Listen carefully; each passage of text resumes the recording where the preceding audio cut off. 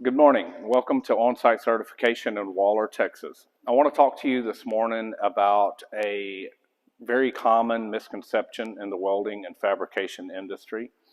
This idea that somehow on a day such as today that we have here in Southeast Texas, that when the temperatures are cooler and there is a high level of humidity in the air, that when those conditions exist, that somehow we have to get the moisture or get the water out of the material that we're working with through preheating before we weld on it. And so this is commonly mistaught and it's commonly mislearned.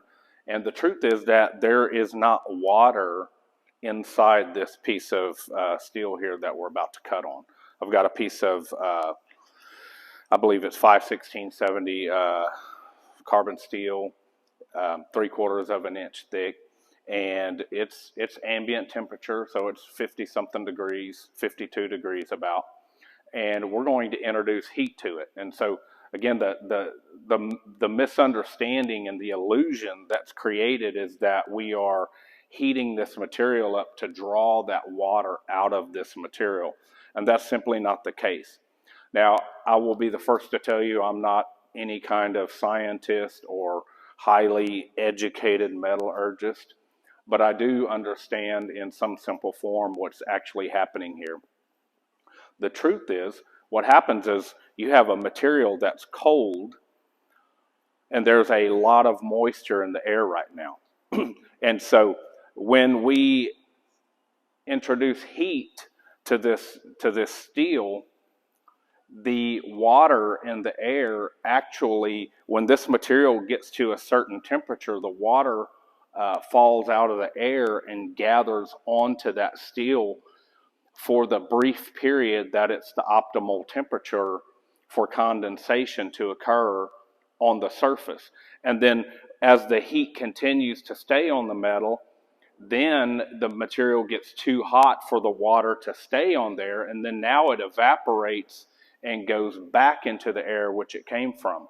So what you're doing is you're creating a brief window in time where the water that's in the air can fall out of the air, collect, and then it has to evaporate back and go back into the air. So it's just a simple exchange because of the situation that you have created by preheating. So I'm going to fire this track torch up, and we're going to do this a little primitive. I'm just going to grab the camera and hold it over and show to cut down editing and all that.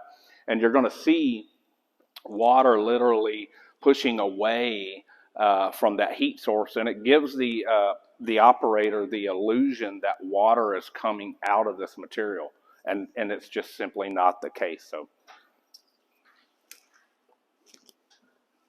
okay. I'm going to leave my cutting shield off because I'm not going to do any cutting. We're just going to do a preheat roll here, and just to demonstrate what I'm talking about. Okay, get a good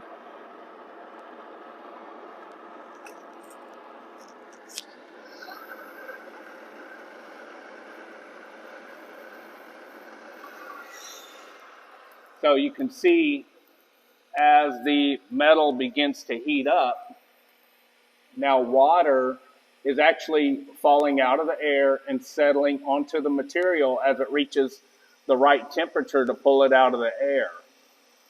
And then as the surface gets too hot, now the water has to run away from that heat source, and it has to evaporate and go back into the air where it came from. And then the areas where the plate is still cold enough, it's hot. It's hot enough to allow condensation, but it's not hot enough to force evaporation. And that's simply all that we have going on here. We are not pulling any water out of this plate whatsoever. We're actually pulling it out of the air, if you want to know the truth. So it is important to preheat on cold days.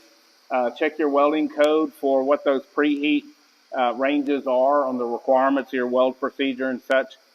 And I hope all of you learned a little something today. Keep in mind, there's a lot of things we're taught and that we learn that are that are common information that we share, but they're actually not true. So, thank you very much for tuning in. Thank you very much for tuning in, and I will continue to post more videos. And thank you, and have a great day.